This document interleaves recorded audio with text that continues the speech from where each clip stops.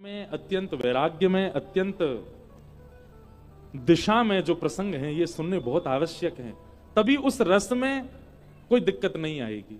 इसलिए खूब भाव से श्रवण करो। बोलो भागवत भगवान की। तो कल भागवत जी का मंगलाचरण हमने श्रवण किया। नैमिषारण्य क्षेत्र में 88,000 सौनकादि ऋषियों ने सूत जी महाराज से प्रश्न किया। देखो बंधुओं, भागवत 4 शब्द हैं भागवत में। भा से भक्ति, ग से ज्ञान, व से वैराग्य और त से त्याग। इन चारों में से कुछ तो आपके अंदर आना चाहिए।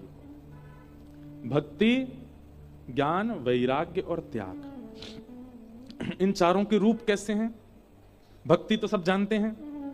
भक्ति का अर्थ जानते हो आप लोग? भक्ति का मतलब क्या होता है?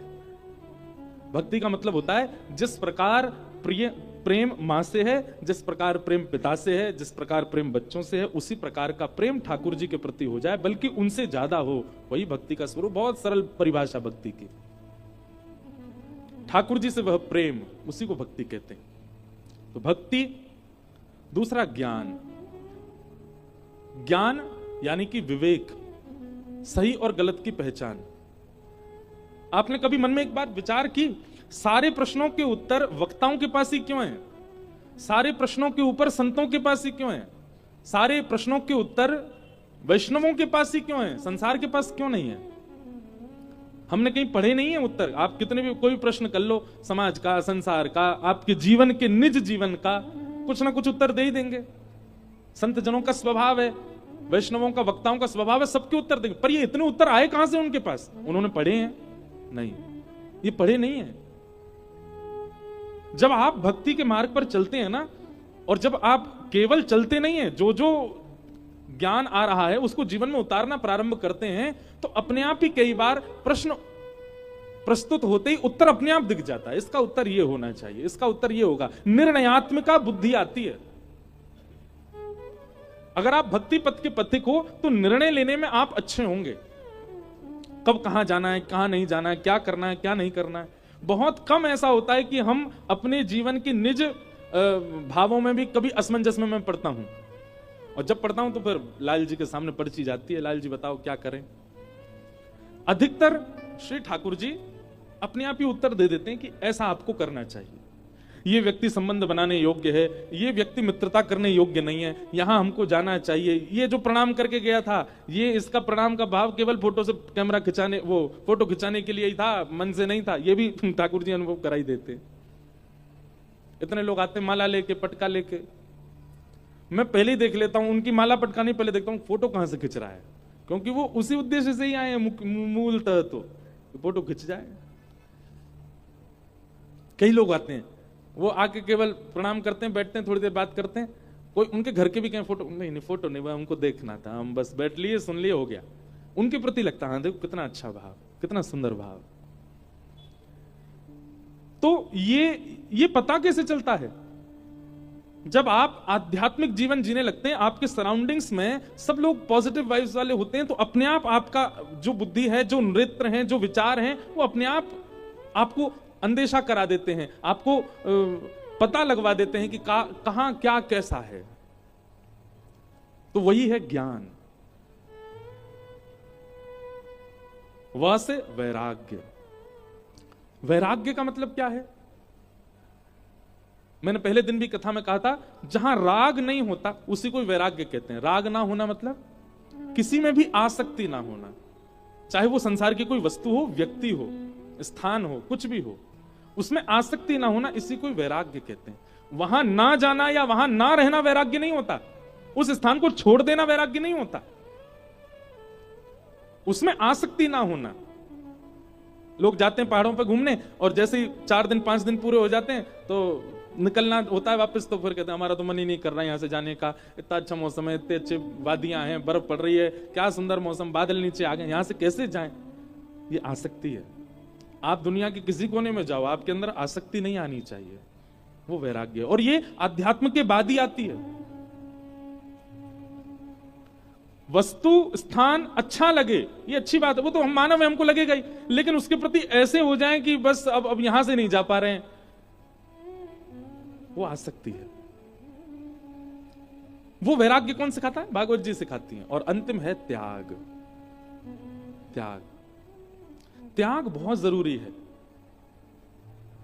बिना त्याग के आपका पता नहीं चलेगा कि आप कितना इन्वेस्ट कर रहे हो अपने भाव में, अपनी भक्ति में। हम भजन बढ़ा रहे हैं, हम वृंदावन जाना बढ़ा रहे हैं, कथा सुनना बढ़ा रहे हैं, पर त्याग कुछ नहीं रहे हैं, पुराना जितना भी है, कोई फायदा नहीं है। त्याग तो करना पड़ेगा। और मुझे बहुत प्रिय है ये पद सूरदास जी का, तजोरे मन हरि विमुखन को संग। ये नियम कोई ले ले व्यक्ति जो कथा नहीं सुनता, वृंदावन नहीं जाता, ठाकुर जी से जिसका कोई संबंध नहीं, श्री किशोरी जी के नाम से जिसको कोई मतलब नहीं, ऐसा व्यक्ति चाहे हमारे कितने काम का क्यों ना हो, उसका त्याग करो। तजोरे मन हरि विमुखन को संग, तजोरे मन हरि विमुखन को संग। जाके संग कुमति उपजत है, जाके संग कुमति उपजत है, पड़त भजन में भंग हो, पड़त भजन में भंग। तजोरे मन हरि विमुखन को संग, तजोरे मन हरि विमुखन को संग। त्याग करो उसका जिसका भजन में रुचि नहीं, जिसकी वृंदावन में रुचि नहीं, कथा में रुचि नहीं। ब्लॉक मारो उनको सब जगह से, इंस्टाग्राम से डिलीट कर दो, व्हाट्सएप पे ब्लॉक कर दो, जय श्री कृष्ण भेज करके उसको दिखे ही नहीं आपकी डीपी, वो कहां चला गया भाई? ब्लॉक हो गए। क्यों? जो ठाकुर जी को नहीं है वो हमारो किसी काम को नहीं है, बातें हमारो कोई संबंध नहीं है। वाक्य संगम कैसे रखें? श्री कुम्मन दास जी के चरित्र में आता है, कुम्मन दास जी के 7 पुत्र थे, पर कोई कुम्मन दास जी से कहता, कुम्मन दास जी आपके कितने पुत्र हैं? तो कहते 1.5 पुत्र हैं। कितने? 1.5 पुत्र होते हैं। तो किसी ने उनसे कहा, बोले कुम्मन दास जी 1.5 कैसे? बोले एक तो पूरा भक्त है और एक आधा भक्त है, इसलिए 1.5। बोले आधा भक्त वाले का क्या मतलब? आधा जो उसका कैसे पता आपको आधा है? बोले वो मंदिर नहीं जाता, कथा नहीं सुनता, कीर्तन नहीं करता, तो केवल गौ सेवा करता है, इसलिए आधा भक्त है, पूरा नहीं है, इसलिए मेरे 1.5 पुत्र हैं। हम लोग कह सकते हैं ऐसा? नहीं कह सकते। कुम्मन दास जी इस बात को चरितार्थ करते थे, तजोरे मन हरि विमुखन को संग, जाके संग कुमति उपजत है, पड़त भजन। अपने स्वयं के पुत्र को कोई अस्वीकार कर दे, कैसे हो सकता है? कई बार इन भक्तों के चरित्र सुनकर के आपका दिमाग घूम सकता है। पढ़े लिखे लोगों को ये बात बहुत अजीब लग सकती है, यार ये कितने मतलब है, ठाकुर जी के लिए किसी को भी छोड़ देते हैं। हाँ, छोड़ देते हैं। जैसे व्यसनी व्यक्ति व्यसन के लिए यह विचार नहीं करता कि रात को 4 बजे पी के जाऊंगा तो मेरी मां क्या सोचेगी। व्यसनी व्यक्ति अपने माता पिता बहन का कभी चिंतन नहीं करता, कभी समाज क्या सोचेगा कि मैं क्या करता हूं। जब उसको वहां वो सब करने में शर्म नहीं आती, तो वैष्णव को भी हरि विमुखों को त्यागने में शर्म नहीं है, लज्जा नहीं है। जो हरि विमुख है, चाहे वो कितना भी अपना क्यों ना हो। श्रीमद् भागवत में तो श्लोक लिखा है, गुरुर न सस्यात्, स्वजनो न सस्यात्, दैवम न तस्यात्, जननी न सस्यात्। वाह! आ जाओ महाराज जी, आ जाओ, गेट पे मत खड़े रहो। श्यामा प्यारी कुंज बिहारी, जय जय श्री हरिदास दुलारे। श्यामा प्यारी कुंज बिहारी, जय श्री हरिदास दुलारे। श्यामा प्यारी कुंज बिहारी, जय जय श्री हरिदास दुलारी। श्यामा प्यारी कुंज बिहारी, जय जय श्री हरिदास दुलारी। श्यामा प्यारी कुंज बिहारी, जय जय श्री हरिदास दुलारे। श्यामा प्यारी कुंज बिहारी, जय जय श्री हरिदास दुलारी। श्यामा प्यारी कुंज बिहारी, जय जय श्री हरिदास दुलारे। श्यामा प्यारी कुंज बिहारी, जय जय श्री हरिदास दुलारे। श्यामा प्यारी कुंज बिहारी जय जय श्री हरिदास दुलारी। श्यामा प्यारी कुंज बिहारी जय जय श्री हरिदास दुलारी। श्यामा प्यारी कुंज बिहारी जय जय श्री हरिदास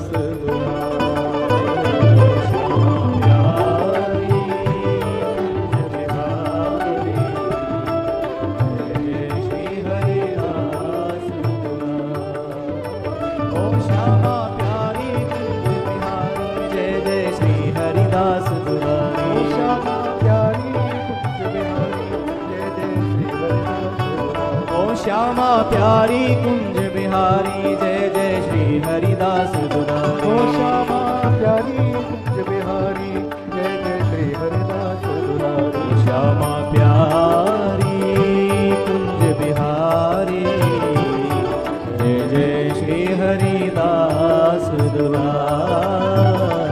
श्यामा प्यारी कुंज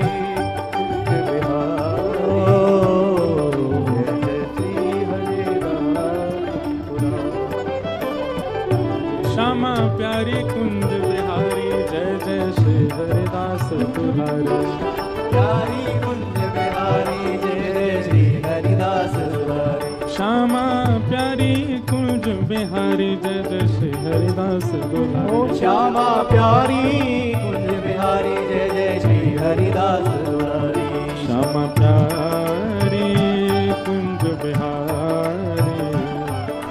जय जय श्री हरिदास दुलारी।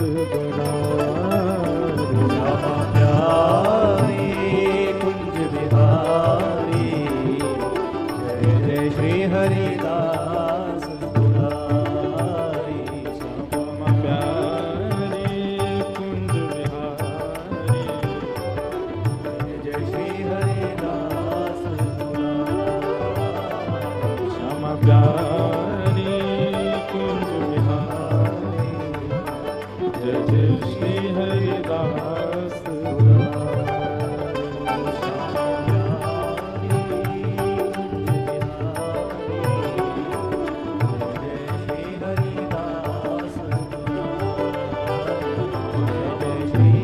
हरिदास दुलारी।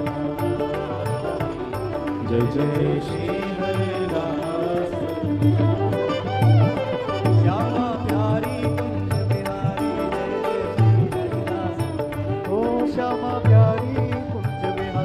जय जय श्री हरिदास दुलारी। श्यामा प्यारी कुंज बिहारी जय जय श्री हरिदास दुलारी।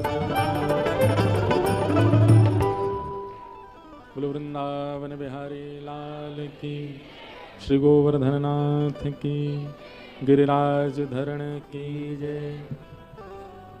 परमानंद भयो, आज हमारे मध्य में ठाकुर जी के यश को खूब गा रहे हैं और गा गा करके खूब वृंदावन में भीड़ कर रहे हैं। वृंदावन में भीड़ इतनी है गई है, श्री लाडली जी को यश सुन के, बिहारी जी को यश सुन के, वहाँ में जिनको खूब योगदान है, ऐसे हमारे श्री विचित्र बिहारी दास जी महाराज पधारे हैं और चित्र बाबा तो अभी गिरिराज जी में ही हैं, गिरिराज जी की सेवा में हैं। साथ ही जिनके यहाँ की सुगंध अभी तक वस्त्रन में से आ रही है, गोपी प्रेम की ध्वजा, या भाव से शरद उत्सव जिनके यहाँ मना था, ऐसे श्री पूर्णिमा दीदी जी भी आई हैं, उनको भी बहुत बहुत प्रणाम। हमारे चार कथा के आयोजक एक संग बैठे हैं यहाँ पे, एक प्रकार से चार यजमान बैठे हैं हमारे एक ही पंडाल में। पहले यजमान तो महाराज जी कथा करा रहे हैं। दूसरे यजमान हमारे चित्र विचित्र बाबा, आपके यहाँ या वर्ष भी कथा है, मतलब 2025 में। हमारी डेट क्या है? कौन सी जुलाई है? नहीं, जून में है शायद। हाँ, 2 जून से कथा है गोवर्धन में बाबा के यहाँ। मतलब तो देखो डेट वो भूल गए हैं। हाँ तो मैं बोल रहा था 4 यजमान बैठे हमारे। पहले तो बाबा महाराज जी, दूसरे चित्र विचित्र बाबा, तीसरे हमारी पूनम दीदी, चौथे दिव्यदास भैया, ये वो कथा करा रहे हैं। तो चारों आयोजक एक संग बैठे हैं, बड़े आनंद रहे। इस बार भी, अगले बार भी शरद पूर्णिमा गिरिराज जी में ही मनेगी, और या बार जितनी जोड़ते मनी अगली बार और जोड़ते मनेगी। हिसार भी आमेंगे, अब देखें कब आते हैं। तो बताओ, यहां बैठ के तो ये कथा बुक कर रहे हैं चारों यजमान। और हापुड़ अब हम नहीं आएंगे, हापुड़ वाले वृंदावन आवेंगे, ठीक है, आएंगे, बनाएंगे, महाराज जी लेके आ जाएंगे कैसे तैसे करके। जैसे महाराज जी कहीं भी जामे जगह बना लेना बैठवे की, ऐसे ही कथान में कहीं ना कहीं से जगह निकल ही आवेगी हापुड़ की। तो परम आनंद हुआ, आप सब पधारे, गिरिराज जी की रज लेके आए हैं, बारंबार वंदन करें। थोड़ी देर कथा क्रम सुन लें, फिर उसके बाद आज के सत्र को तो फिर 5:30 बजे तक विश्राम ही करनी है, 4 तो बज ही गए। थोड़ी देर कथा श्रवण करो। तो 88,000 सौनकादि ऋषियों ने सूत जी महाराज जी से 6 प्रश्न किए। सदैव याद रखना बंधुओं, ज्ञान जिज्ञासा के पात्र में ही टिकता है। अगर किसी के चित्त में जिज्ञासा नहीं है तो ज्ञान टिकेगा नहीं। बहुत ध्यानपूर्वक सुनिएगा बातों को, इधर देखो सब लोग। आप जिज्ञासु होकर के यदि कथा में नहीं बैठेंगे तो आपके पात्र में कथा रूपी अमृत टिकेगा नहीं। आप केवल सुनने की भावना से, बस भावना है कि चलो हमारे नगर में आए हैं, आज रविवार है, सुनने चल रहे हैं, आनंद, इसी भाव से यदि सुनेंगे तो कथा टिकेगी नहीं आपके अंदर। कथा तो तभी रुक सकती है, तभी विराजमान हो सकती है जब जिज्ञासा का पात्र हो भीतर। और जिज्ञासु व्यक्ति का मतलब क्या है? थोड़ा सा रिक्त जो रखे अपने आप को, मतलब थोड़ा खाली रखे अपने आप को। परिपूर्ण मान लेगा तो फिर कैसे कुछ भाव अवस्थित हो पाए।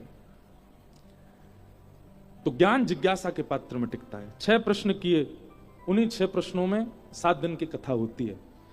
किम श्रेय शास्त्र सारक स्वावतार प्रयोजनम, किम कर्म के अवतारश्च धर्म कम शरणम गतः। ये 6 प्रश्न है। सबसे पहला प्रश्न, किम श्रेय, भगवान के अवतार का श्रेय किसको जाता है? ठाकुर जी राक्षसों के लिए आते हैं कि भक्तों के लिए आते हैं? रावण को मारने आए थे कि सबरी पर कृपा करने आए थे? किम श्रेय, पहला प्रश्न। दूसरा प्रश्न, शास्त्र सारः क, हमारे हिंदू वैदिक सनातन धर्म में इतने शास्त्र हैं, उनका सार क्या है? तीसरा प्रश्न, स्व अवतार प्रयोजनम, भगवान के अवतार का प्रयोजन। और भगवान मानवी बन के क्यों नहीं आते? कभी मत्स्य, कूर्म, बराह, नृसिंह आदि ऐसे विचित्र रूप भी क्यों धारण करते हैं? किम कर्म, भगवान के कर्म क्या है? के अवतारश्च, भगवान के अवतार कितने हैं? कोई 10 कहता है, कोई 24 कहता है। और अंतिम प्रश्न है, धर्म कम शरणम गतः। ये 6 प्रश्न है, और इन्हीं 6 प्रश्नों के उत्तर में भागवत की कथा है। सबसे पहला प्रश्न, किम श्रेय, भगवान के अवतार का श्रेय किसको जाता है? ठाकुर जी भक्तों के लिए आते हैं कि राक्षसों को मारने के लिए आते हैं? अब यहां बैठे हैं तो सब लोग यही कहेंगे कि भक्तों के लिए आते हैं, लेकिन इसका प्रमाण होना चाहिए। ठाकुर जी भक्तों के लिए ही आते हैं। राक्षसों को मारना, भगवान ने इस बात को वाल्मीकि रामायण में एक जगह प्रस्तुत किया कि हमारी इच्छा हो जाए तो रावण जैसे जन्म ही नहीं लेंगे, पर हमारी इच्छा हो जाए तो हम वैकुंठ में बैठकर के सबरी पर कृपा नहीं कर सकते। रावण को तो वहीं बैठे बैठे ठाकुर जी भ्रगुटी टेढ़ी कर दें तो रावण की हिम्मत क्या कि कुछ कर जाए? ठाकुर जी कह रहे हैं, हम तो सबरी के लिए आए हैं, हम तो वैष्णवों के लिए आए, हम तो भक्तों के लिए आए। कंस को मारना उद्देश्य होता तो भगवान शंख चक्र गदापद्म में लेकर के प्रकट हुए थे गर्व से मैया के।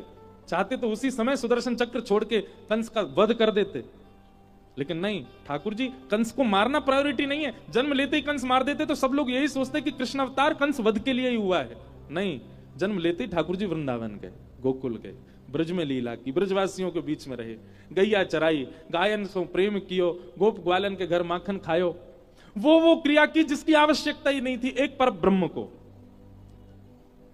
प्रायोरिटी क्या थी? व्यक्ति सबसे पहला समय किसको देता है? जिससे अति प्रेम होता है। ठाकुर जी ने जन्म लेते ही अपने अत्यंत प्रिय जन्म देने वाले माता पिता तक को त्याग दिया कि नहीं, ब्रज जानो मुझे।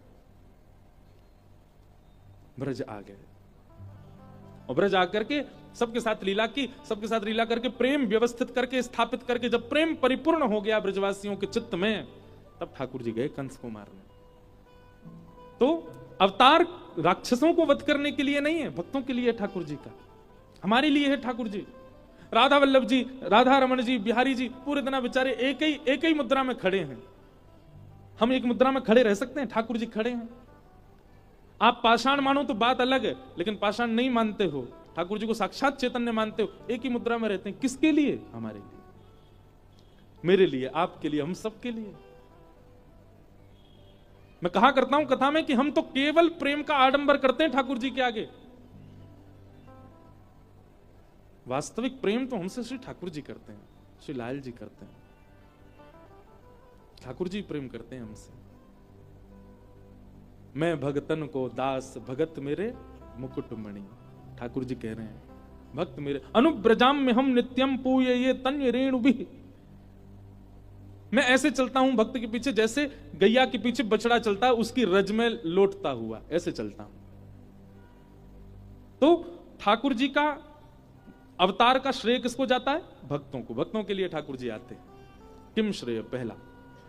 दूसरा, शास्त्र सारः क। इतने सारे शास्त्र हैं हमारे, इन शास्त्रों का सार क्या है? बहुत ध्यानपूर्वक सुनिएगा इन 6 प्रश्नों के उत्तर। समस्त शास्त्रों का सार क्या है?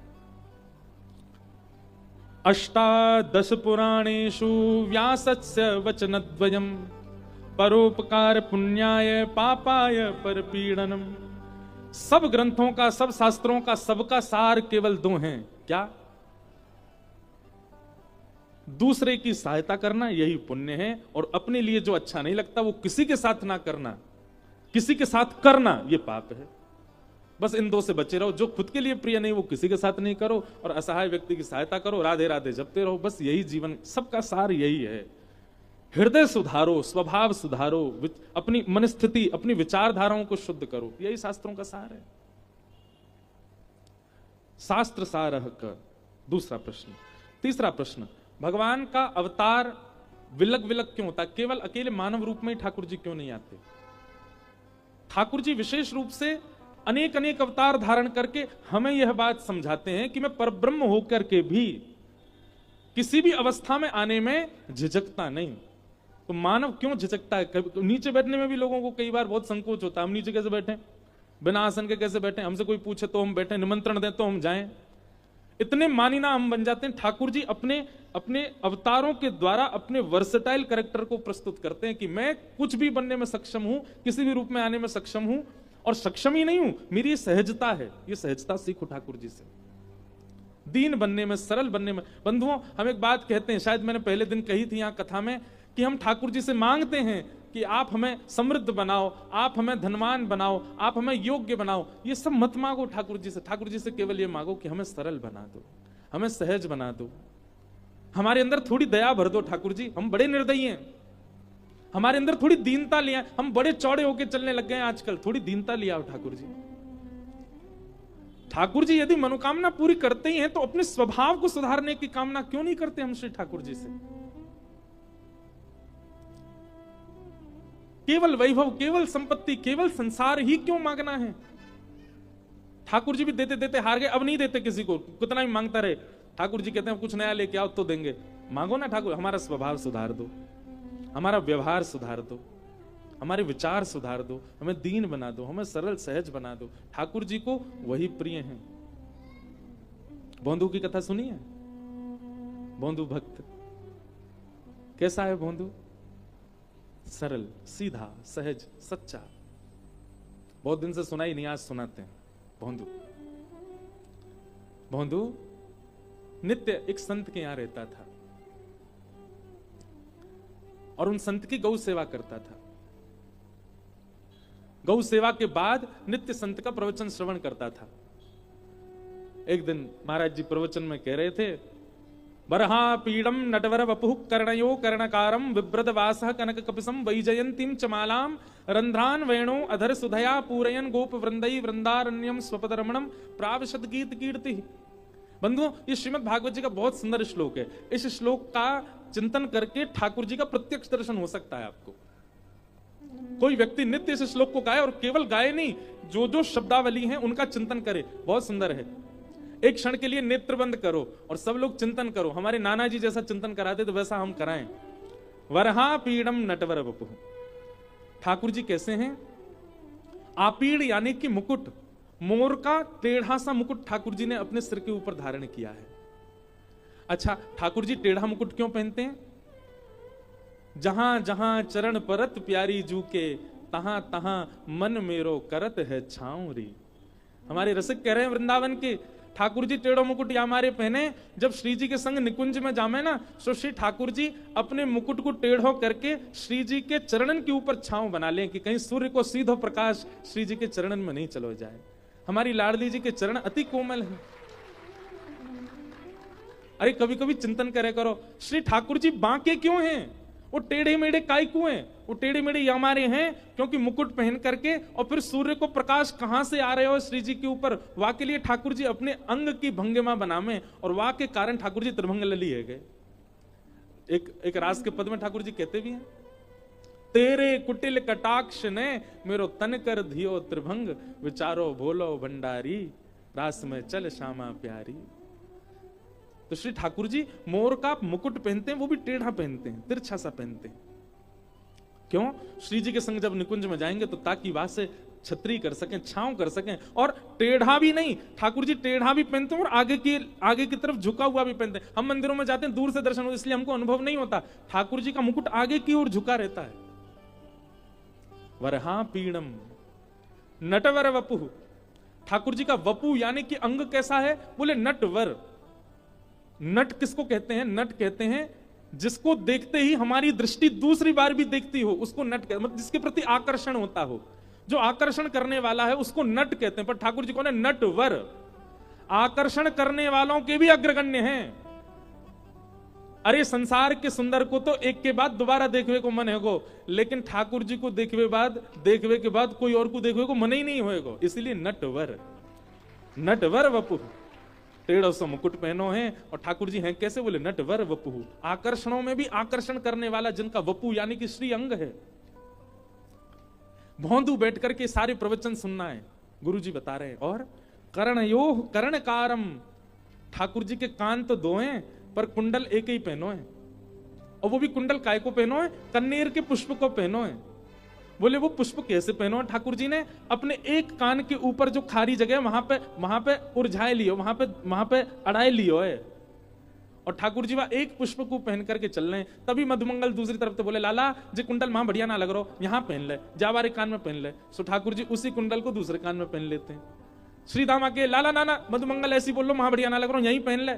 सो ठाकुर जी वहां से उतार के फिर यहीं, एक ही कुंडल को बार बार दोनों कानों में बदल बदल के पहनते जा रहे हैं। ठाकुर जी की लीला देखो, शांत ना बैठे, कछु ना कछु करते ही रहे। कर्णयोः कर्णकारम और विभ्रदवासः कनक कपिसम। ऐसी पीली पीतांबरी पहनी है महाराज कि जा पीली पीतांबरी को देख करके सूर्य भी अपने आप को बादल की ओट में छुपा रहे हो। क्यों? बोले भैया एक सूर्य घूम रहे हो पृथ्वी पर, मेरी आवश्यकता न है। विभ्रदवासः कनक कपिसम। अब भौंदू ताली नहीं बजा रहा, भौंदू तो सुनना है, इसलिए सुनो। विभ्रदवासः कनक कपिसम वैजयंतीम चमालाम। ठाकुर जी ने वैजयंती माला पहन रखी है। और क्या कर रहे हैं? बोले रंध्रान वेणु अधर सुधया। अपने अधर पर वेणु को धारण करके ठाकुर जी उसको अपने अधरामृत का पान करा रहे हैं, सुंदर वेणु का वाद्य कर रहे हैं। रंध्रान वेणु अधर सुधया पूरयन गोप वृंदई। गोप वृंदों के साथ में श्री ठाकुर जी मध्य में खड़े होकर के वेणु बजा रहे हैं। वृंदारण्यम स्वपद रमणम प्राविशद गीत कीर्ति ही। वृंदावन की पावन रेणु में अपने कोमल कोमल श्री चरणों से ठाकुर जी एक एक चरण आगे बढ़ा करके वेणु बजाते भय ब्रज की गोपियों के चित्त का हरण करते जा रहे हैं। ठाकुर जी भांडीर वन से गैया चरा करके लौट रहे हैं। गौ धूली बेला को समय है, गौरज ठाकुर जी के श्री अंग पर कहीं कहीं लगी भई है। ऐसे बाल कृष्ण भौंदू बैठ करके सर्वांगीण अंग का चिंतन कर रहा था। ऐसा मुकुट पहनो होगा ठाकुर जी ने, ऐसे वस्त्र पहने होंगे, ऐसा कुंडल धारण कर रखो है, ऐसी पाग पहन रखी है, ऐसी वंशी बजा रहे हैं, ऐसी वैजंती माला गौरज ठाकुर जी के श्री अंग पे लग रही है। तभी गुरुजी ने कही, भांडीर वन से ठाकुर जी गैया चरा करके वापस वृंदावन आ रहे हैं। भौंदू के नेत्र खुल गए और नेत्र खोल करके उसने मन में विचार किया कि भांडीर वन तो मैं भी जाऊं रोज गैया चरावे, भांडीर वन तो मैं भी जाऊं, लेकिन मुझे तो कभी कन्हैया मिले नहीं, मुझे तो कभी श्याम सुंदर मिले नहीं। मन में विचार करने लगो भौंदू, अरे भौंदू तेने प्रयास ही नहीं कियो कभी खोजवे को, गैया ने लेके जावे और ले जाके उनको चरवे छोड़ दे, खुद पेड़ के नीचे लेट जाए, तेने कभी ढूंढे ही ना। अरे ने कभी आंख घुमातो, ने कहीं दूर तक जाके देखतो। निश्चित ठाकुर जी आज भी, गुरु जी कह रहे इनकी बात में असत्यता नहीं हो सकती, निश्चित ठाकुर जी आज भी आते होंगे। वक्ता की, वैष्णव की बात सुनकर के हमारे चित्त में, अब आप ब्रज में जाते हैं, 84 कोस की परिक्रमा करते हैं लोग, और 84 कोस की परिक्रमा करते समय ब्रजवासी वहां के बताते हैं, यहां ठाकुर जी ने जे कियो, यहां ठाकुर जी ने जे कियो। जैसे ही लोग कहते हैं ये ठाकुर जी की फिसलनी शिला, यहां ठाकुर जी फिसलो करते, हमारे मन में पास्ट टेंस आता, ठाकुर जी फिसलते थे नहीं। अगली बार जब ब्रज में जाओ, कोई कहे यहां ठाकुर जी ने ये लीला, तो करते थे नहीं, करते हैं, इस भावना से देखो, आज भी करते हैं। आज भी लाल जी उस भाव का, उस स्थान का त्याग नहीं करते। भौंदू के मन में यही भावना आई, बोले गुरु जी कह रहे हैं भांडीर वन, तो मतलब या को मतलब है अभी भी ठाकुर जी चरावे जामे, मोइए ना दिखे। आज भौंदू ने, अच्छा देखो एक बात बोले, भोरेन को सरताज कौन है हमारे ब्रज में? भोरेन में सरताज है हमारी किशोरी जी, सबसे ज्यादा बोली है। ठाकुर जी तो ज्यादा बोल, ठाकुर जी भोरे ना है, बहुत चतुर है, बहुत चंचल है, बहुत नटखट है।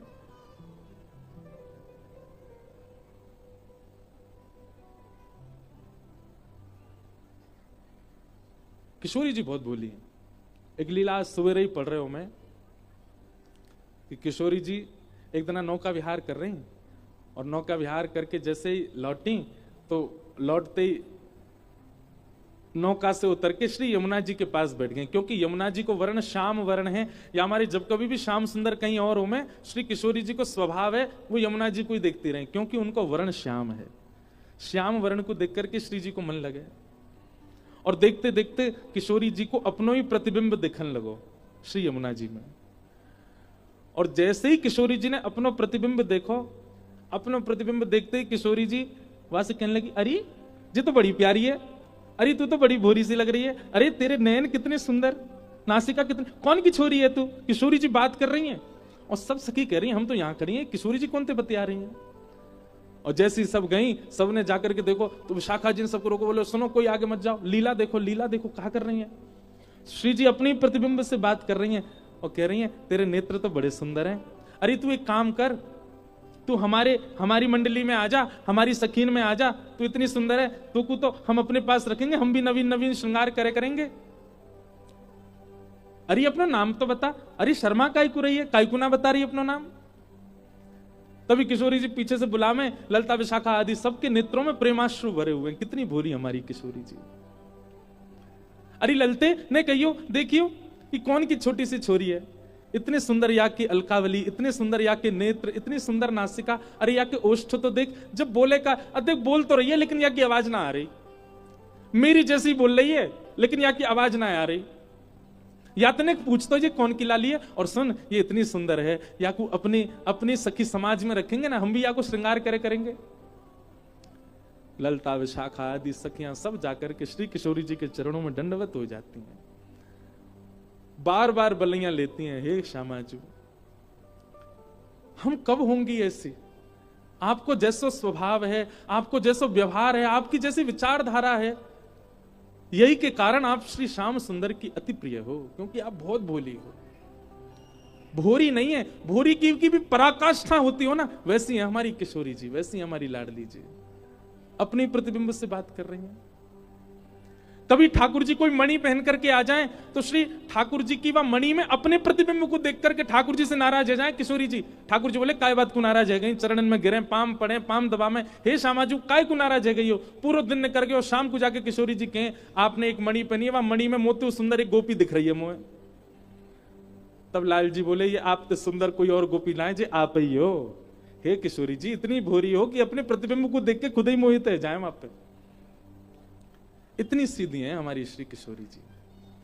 वृषभानु की किशोरी सुन गैया होते भोरी, प्रीत जान के हूँ थोड़ी तो है राखेगी शरण, मन भूल मत जइयो राधा रानी के चरण, राधा रानी के चरण, महारानी के चरण, मन भूल मत जइयो श्यामा प्यारी के चरण। एक बात तो सच्ची है भैया, वृंदावन में रहवे वारो, वृंदावन को भजवे वारो, वृंदावन की उपासना करवे वारो, वाके चलवे फिरवे बोलवे में ज्ञान दिख रहे हो तो इसको मतलब या को मतलब माने अभी वृंदावन भजो नहीं। वृंदावन में भजवे रहवे और वृंदावन की उपासना करवे वारे की वाणी में या वाके स्वभाव में वैराग्य दिख रहा है, त्याग दिख रहा है, ज्ञान दिख रहा है, बाकी सारे गुण दिख रहे हैं पर भोरोपन नहीं दिख रहा, तो या को मतलब यह है कि माने वृंदावन भजो ही नहीं है। और या फिर यूं कह दो कि वो तो वृंदावन को भज रहो पर वृंदावन ने वाकु स्वीकार कियो नहीं है। वृंदावन स्वीकार कियो होगो, वृंदावन यदि स्वीकार करेगो तो सहज है जाओगे, सीधे है जाओगे, बोरे है जाओगे। और जादना भोले बन गए, जादना सीधे सहज है गए, वही देना श्यामाजू किशोरी जी श्री ठाकुर जी आपको अपनी सखी समाज में शामिल कर लेंगे। बोले हाँ जे है हमारे लायक या को ले लो। जब तक ठाकुर जी को लगे बहुत चतुर है महाराज, ठाकुर जी भी कहीं दूर ही रह जाते। तो एक बार की एक सत्य घटना है, हमारे परम पूजनीय श्री मलुक पीठ वाले महाराज जी बहुत सीधे हैं, उनमें ज्ञान भी है, आपने वो दर्शन किया, ज्ञान भी है, वैराग्य भी है, त्याग भी है, पर उनकी प्रधानता भोलापन है, ज्ञान नहीं है। तो हमारे यहाँ कथा थी महाराज जी की, बहुत ध्यान से सुनियो, बड़ी अच्छी एक लीला घटी। तो